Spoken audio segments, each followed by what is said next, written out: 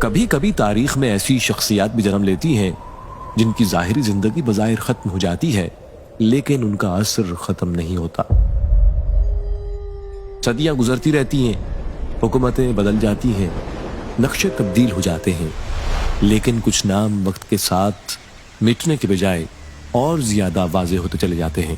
یہ کہانی ایک ایسے شخص کی ہے کہ اپنی ظاہری وفات سے تقریباً 4 ماہ 22 دن پہلے انہوں نے اپنے سال وصال کی طرف اشارہ فرمایا۔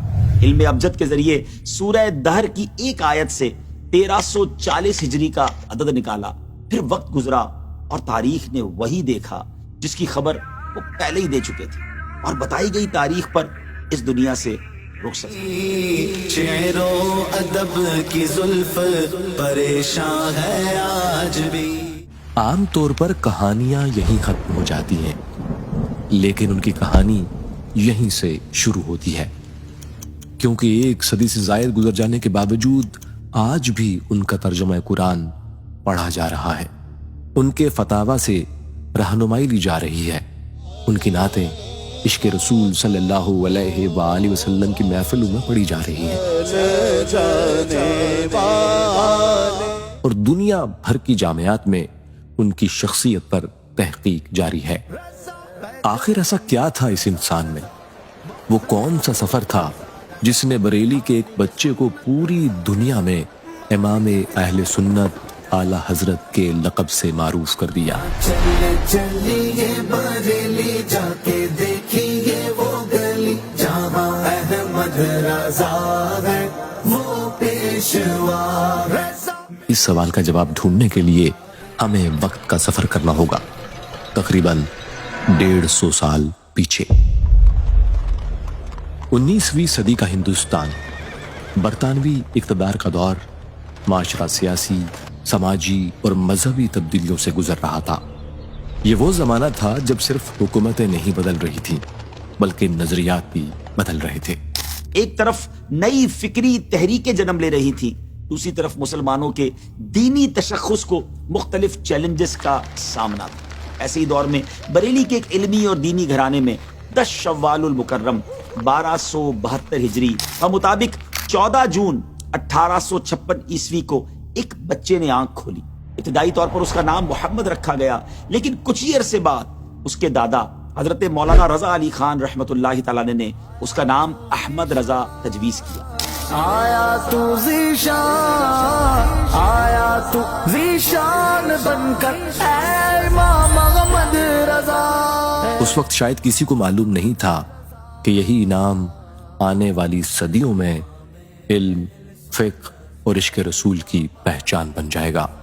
احمد رضا رحمۃ اللہ تعالی کا گھر صرف ایک گھر نہیں تھا، وہ علم کا ایک انسٹیٹیوٹ تھا۔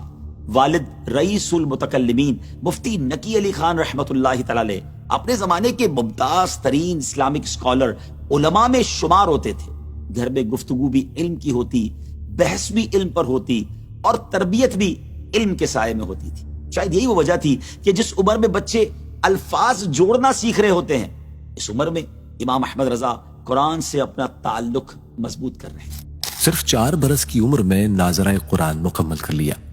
اس کے بعد والد محترم کی نگرانی میں علوم دینیہ کی باقاعدہ تعلیم کا آغاز ہوا، مگر جلد ہی واضح ہونے لگا کہ یہ بچہ صرف محنتی نہیں، غیر معمولی بھی ہے۔ اس غیر معمولی ذہانت کی ایک جھلک ایک ایسے واقعے میں نظر آتی ہے جسے آج بھی ان کی سوانح میں بیان کیا جاتا ہے۔ ایک دن استاد بچوں کو سبق پڑھا رہے تھے، اس دوران ایک شخص آیا اور اس نے سلام کیا۔ استاد نے جواب میں فرمایا، جیتے رہو۔ یہ ایک عام سا لمحہ تھا، شاید سب کے لیے، لیکن وہاں بیٹھا ایک کم سن طالب علم خاموش نہ رہ سکا۔ اس نے نہایت ادب سے عرض کیا، استاد محترم، سلام کا جواب وعلیکم السلام ہونا چاہیے۔ ماحول میں چند لمحوں کے لیے خاموشی چھا گئی۔ استاد نے اس بچے کی طرف دیکھا۔ یہ صرف ایک جملے کی اصلاح نہیں تھی، یہ اس بات کا اعلان تھا کہ اس بچے کی نظر صرف الفاظ پر نہیں، سنت پر بھی ہے۔ استاد نے اسے دعائیں دی اور وقت نے ثابت کیا کہ وہ دعائیں رائے گا نہیں۔ رضا رضا رضا احمد رضا رضا رضا رضا رضا رضا میرے رضا۔ سال گزرتے گئے، اور ہر گزرتا سال اس بچے کی علمی صلاحیتوں کو مزید نمایاں کرتا گیا۔ صرف 6 برس کی عمر میں میلاد مصطفیٰ صلی اللہ علیہ وآلہ وسلم کے موضوع پر ایسا مدلل خطاب کیا کہ حاضرین حیران رہ گئے۔ پھر صرف 8 برس کی عمر میں عربی زبان کی معروف کتاب ہدایت النحو کی عربی شرح تحریر کر دی۔ جی ہاں، 8 ایئرز کی ایج میں۔ یہ وہ عمر ہوتی ہے جب عام بچے بنیادی تعلیم حاصل کر رہے ہوتے ہیں، مگر امام اہل سنت امام احمد رضا خان رحمت اللہ تعالی علیہ نے 8 سال کی عمر میں آپ شرح لکھ رہے تھے اور فقہ و اصول فقہ جیسے دقیق علوم میں دلچسپی لے رہے تھے۔ یہ صرف ایکسٹرا آرڈنری غیر معمولی ذہانت نہیں تھی، یہ اس علمی سفر کا ابتدائی باب تھا جو آگے چل کر بر صغیر کی دینی تاریخ کا رخ متعین کرنے والا تھا۔ وقت تیزی سے آگے بڑھتا رہا، پھر ایک دن ایسا آیا جو ان کی پوری زندگی کا اہم ترین موڑ ثابت ہوا۔ صرف 13 سال 10 ماہ اور 4 دن کی عمر، تمام مروجہ علوم مکمل ہو چکے تھے، لیکن اصل حیرت ابھی باقی تھی۔ اسی روز مسئلہ رضاعت پر ایک جامع فتویٰ تحریر کیا گیا۔ یہ فتویٰ والد گرامی کی خدمت میں پیش ہوا، انہوں نے اسے غور سے پڑھا، دلیل کو دیکھا، پھر خاموشی سے اس پر اپنی تصدیق انڈوزمنٹ ثبت کر دی۔ یہ صرف ایک دستخط نہیں تھے، یہ ایک عظیم عالم کی طرف سے اس بات کا اعلان تھا جب امام اہل سنت امام احمد رضا خان رحمت اللہ تعالی علیہ صرف ان کے شاگرد نہیں رہے بلکہ مسند افتاء کے اہل ہو چکے۔ عاشقوں کا پیشوا رضا رضا رضا رضا، اور شاید یہی سے وہ سفر شروع ہوا جس پہ آنے والے برسوں میں اسلامی فقہ کو اس کے عظیم ترین علمی ذخائر میں سے ایک عطا کرنا تھا۔ لیکن اگر کوئی یہ سمجھتا ہے کہ 13 برس کی عمر میں مسند افتاء تک پہنچ جانا اس سفر کی منزل تھی تو شاید وہ امام اہل سنت امام احمد رضا خان علیہ رحمت الرحمان کی زندگی کو ابھی پوری طرح جانتا نہیں۔ یہ تو صرف آغاز تھا، ان کی زندگی کا ہر دن ایک نئے امتحان، ایک نئی ذمہ داری اور ایک نئے علمی معرکے کا عنوان بننے والا تھا۔ تعلیم مکمل ہونے کے بعد انہوں نے وہ راستہ اختیار کیا جو ہمیشہ آسان نہیں ہوتا، دولت، شہرت یا اقتدار کا نہیں بلکہ دین کی خدمت کا راستہ۔ صاحب نعمت رضا رضا، فیض و سخاوت رضا رضا، خوب رو جلوت رضا رضا، اعلی خلوت رضا رضا رضا۔ ناموس رسالت کی پاسداری، دین اسلام کی خدمت، سنت رسول صلی اللہ علیہ وسلم کی اشاعت، عقائد اہل سنت کا دفاع، باطل نظریات کی علمی تردید، درس و تدریس، فتویٰ نویسی، تصنیف و تحقیق اور اصلاح امت، یہ صرف ذمہ داریاں نہیں تھی، ان کی پوری زندگی کا معمول بن گئی۔ جو ہی تیرا قلم اٹھا رضا رضا رضا رضا۔ لیکن اس علمی سفر کے ساتھ ساتھ ایک روحانی سفر بھی جاری تھا۔ 22 برس کی عمر میں آپ نے حضرت سید آل رسول قادری برکاتی رحمت اللہ علیہ کے دست حق پرست پر بیعت کی۔ یہ محض بیعت کا ایک رسمی عمل نہیں تھا، علم کے ساتھ روحانیت کے اس تعلق کا آغاز تھا جس نے ان کی شخصیت کو مزید نکھار دیا۔ وہ حضرت آل رسول رحمت اللہ تعالی علیہ جو برسوں کی مشقت کے بعد بھی کسی کو آسانی سے خلافت نہ دیتے، لیکن امام اہل سنت سیدی اعلیٰ حضرت رحمت اللہ تعالی علیہ کو اسی مجلس میں خلافت اور اجازت بھی عطا کی گئی۔ بعد میں ان کے مرشد نے ایک ایسا جملہ فرمایا جو آج بھی عقیدت کے ساتھ نقل کیا جائے۔ فرماتے ہیں قیامت کے دن اگر اللہ تعالیٰ مجھ سے پوچھے گا کہ کیا لائے ہو تو میں احمد رضا کو پیش کروں۔ احمد رضا کی کیا بات ہے رضا، میرے رضا کی کیا بات ہے۔ وقت گزرتا رہا مگر اب امام اہل سنت صرف بریلی کے ایک عالم نہیں رہے تھے، ان کے لیے سوالات دور دراز علاقوں بلکہ ممالک سے آنے لگے۔ لوگ اپنے پیچیدہ مسائل لے کر ان کی طرف رجوع کرنے لگے۔ اور ایک وقت ایسا آیا کہ بر صغیر میں جہاں بھی کہیں کوئی مشکل فقہی مسئلہ سامنے آتا ان کی نگاہیں بریلی کی طرف اٹھتی۔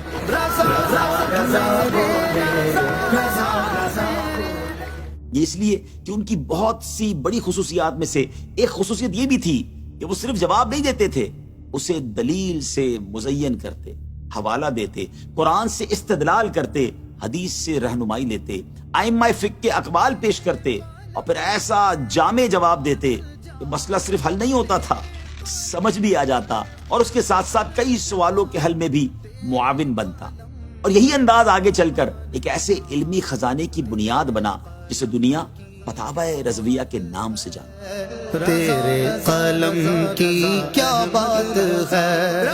یہ صرف ایک فتاوی کا مجموعہ نہیں، یہ اسلامی فقہ کا ایک عظیم انسائکلوپیڈیا ہے۔ 30 جلدوں پر مشتمل یہ ذخیرہ ہزاروں سوالات کے مدلل جوابات، 20 تحقیقی رسائل اور بے شمار علمی مباحث پر مشتمل ہے۔ لیکن اگر کوئی یہ سمجھے کہ امام احمد رضا خان علیہ رحمت الرحمن کی خدمت صرف فقہ تک محدود تھی تو یہ ان کی شخصیت کا صرف ایک پہلو دیکھنے کے مترادف ہوگا۔ حقیقت تو اس سے کہیں وسیع تر ہے۔ محققین کے مطابق انہیں تقریباً 560 سے زائد علوم و فنون پر دسترس حاصل تھی۔ ذرا تصور کیجئے، تفسیر، حدیث، فقہ، اصول فقہ، علم عقائد، منطق، فلسفہ، علم کلام، نحو، صرف، بلاغت، ادب، عروض، تاریخ، سیرت، علم حیت، ریاضی، علم توقیت، علم جفر، علم ہندسہ، فلکیات، وراثت، حساب، طب اور اس کے علاوہ بھی متعدد علوم۔ لیکن شاید اس فہرست سے بھی زیادہ حیران کن بات یہ ہے کہ انہوں نے ان علوم کا صرف مطالعہ نہیں کیا، انہوں نے ان میں تحقیق کی، تنقید کی، تصنیف کی اور کئی میدانوں میں نئے علمی مباحث کو جنم دیا۔ یہی وجہ ہے کہ ان کی تصانیف کی تعداد 1000 سے زائد بیان کی جاتی ہے۔ کسی ایک انسان کی زندگی اور 1000 سے زیادہ علمی تصانیف۔ رضا رضا رضا رضا رضا احمد رضا رضا رضا رضا رضا رضا میرے رضا۔ لیکن ان تمام علمی خدمات کے درمیان ایک بہت بڑی خدمت ایسی بھی تھی جو آج بھی عام مسلمانوں کے گھروں میں موجود ہے۔ قرآن کریم کا اردو ترجمہ کنز الایمان۔ یہ صرف قرآن کے الفاظ کا ترجمہ نہیں بلکہ یہ قرآن کے معنی کو ایسی زبان میں منتقل کرنے کی کوشش تھی جو محبت بھی رکھتی ہو، ادب بھی اور علمی وقار بھی۔ سبحان اللہ، اس لیے اسے تمام اردو تراجم قرآن میں نمایاں مقام حاصل ہوا۔ بعد میں حضرت صدر الافاضل مولانا سید نعیم الدین مراد آبادی رحمت اللہ تعالی علیہ نے خزائن العرفان کے نام سے اس پر حاشیہ تحریر فرمایا، اور مفتی احمد یار خان نعیمی رحمت اللہ تعالی علیہ نے نور العرفان کے نام سے اس کی شرح پیش کی۔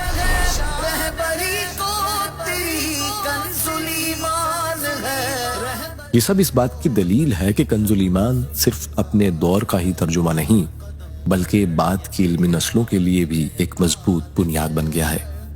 لیکن اگر کوئی سوال کرے کہ امام اہل سنت امام احمد رضا خان رحمۃ اللہ علیہ کی پوری زندگی کا مرکزی عنوان کیا تھا تو شاید اس کا جواب ایک لفظ میں دیا جا سکتا ہے: عشق، عشق رسول صلی اللہ علیہ وآلہ وسلم۔ اسی محبت نے ان کے قلم سے وہ نعتیہ دیوان لکھوایا جسے دنیا ہدایت کے بخشش کے نام سے جانے۔ جب قلم تو نے اٹھایا اے امام محمد رضا۔ اور یہی وہ مقام تھا جہاں امام اہل سنت ایک فرد نہیں رہے بلکہ ایک علمی روایت، ایک فکری مکتب اور ایک ایسی میراث بن گئے جو وقت گزرنے کے ساتھ مزید مضبوط ہوتی چلی گئی۔ عام طور پر کسی شخصیت کی عظمت کا اندازہ اس کے دور سے لگایا جاتا ہے، لیکن کچھ شخصیات ایسی بھی ہوتی ہیں جن کی قدر ان کے بعد میں آنے والی نسلیں کرتی ہیں۔ امام اہل سنت انہی میں سے ایک ہیں۔ ان کے وصال کے بعد نہ ان کا قلم رکا نہ ان کے علم کا سفر، بلکہ شاید وہیں سے ان کی فکر نے نئی زندگی پائی۔ بر صغیر سے لے کر مشرق وسطیٰ تک، یورپ سے افریقہ تک اور دنیا کے مختلف خطوں میں آج بھی ان کی تصانیف پڑھی جا رہی، ان کے علمی کام پر تحقیق ہو رہی ہے، ان کی فقہی آراء پر مقالے لکھے جا رہے ہیں، جامعات میں ایم فل اور پی ایچ ڈی سطح کی تحقیقات ان کی شخصیت اور علمی خدمات کا جائزہ لے رہی ہے۔ یہ کسی ایک کتاب یا ایک فتوے کا اثر نہیں، یہ ایک پوری زندگی کی محنت کا نتیجہ ہے۔ تو مجدد بن کے آیا اے امام محمد رضا۔ اس علمی ورثے کو نئی نسل تک پہنچانے میں دعوت اسلامی کے علمی و تحقیقی ادارے المدینۃ العلمیہ نے بھی نمایاں کردار ادا کیا۔ اعلیٰ حضرت کی سیرت، ان کے افکار، ان کی تصانیف اور ان کی علمی خدمات پر متعدد کتب، رسائل، بیانات اور تحقیقی پروگرام تیار کیے گئے تاکہ ایک نئی نسل اس عظیم علمی سرمایہ سے براہ راست واقف ہو سکے، کیونکہ قومیں صرف اپنے ماضی پر فخر کرنے سے زندہ نہیں رہتی، وہ اپنے ماضی کو سمجھنے سے زندہ رہتی ہے۔ اور امام احمد رضا خان علیہ رحمت الرحمان کا مطالعہ دراصل بر صغیر کی علمی تاریخ کے ایک نہایت اہم باب کا مطالعہ ہے۔ وقت نے اپنی رفتار جاری رکھی اور پھر زندگی اپنے اختتام کی طرف بڑھنے لگی، لیکن جیسے ان کی پوری زندگی غیر معمولی تھی ویسے ہی اس زندگی کا ایک آخری باب بھی غیر معمولی ثابت ہوا۔ اپنی ظاہری وفات سے تقریباً 4 ماہ 22 دن پہلے انہوں نے اپنے سال وصال کی طرف اشارہ فرمایا، اور پھر وہی سال آیا، وہی تاریخ آ گئی، اور امام اہل سنت امام احمد رضا خان رحمۃ اللہ تعالی علیہ اپنے رب کریم کے حضور حاضر ہوئے۔ خدمت دی ان سے لی ہے کیسی رب نے واہ واہ ہے۔ بظاہر ایک سفر ختم ہو گیا، لیکن حقیقت میں ایک نیا سفر شروع ہوا، کیونکہ بعض لوگ اپنی زندگی سے زیادہ اپنی میراث کی وجہ سے زندہ رہتے ہیں۔ وہ اپنے شاگردوں میں زندہ رہتے ہیں، اپنی کتابوں میں زندہ رہتے ہیں، اپنے افکار میں زندہ رہتے ہیں، اور ان دلوں میں زندہ رہتے ہیں جنہیں وہ علم، کردار اور محبت کا راستہ دکھا جاتے ہیں۔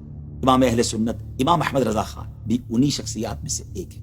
اسی علمی و فکری تسلسل کو دور حاضر میں شیخ طریقت امیر اہل سنت حضرت علامہ مولانا محمد الیاس عطار قادری دعوت برکاتہم العالیہ نے دعوت اسلامی کی صورت میں ایک عالمی تنظیم بنا دیا۔ دعوت اسلامی اعلیٰ حضرت کی تعلیمات کا عملی مظہر ہے، جہاں قرآن و سنت کی تعلیم، عشق رسول کا فروغ، اصلاح اعمال، دعوت و تبلیغ، مدارس و جامعات، حفظ و تجوید، دارالافتاء، تصنیف و تالیف اور دنیا بھر میں لاکھوں مسلمانوں کی دینی تربیت کا عظیم الشان سلسلہ جاری ہے۔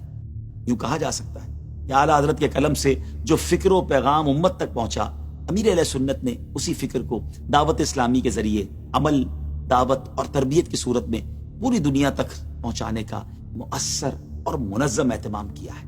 اللہ تعالی ہمیں ان کے علم، ان کے اخلاص، ان کے کردار اور عشق رسول سے حصہ عطا فرمائے، آمین۔ احمد رضا کا تازہ گلستاں ہے آج بھی، خورشید علم ان کا درخشاں ہے آج بھی، سب ان سے جلنے والوں کے گل ہو گئے چراغ، احمد رضا کی شمع فروزاں ہے آج بھی، خدمت قرآن پاک کی وہ لاجواب کی، راضی رضا سے صاحب قرآن ہے آج بھی۔ بے قرآن ہے آج بھی۔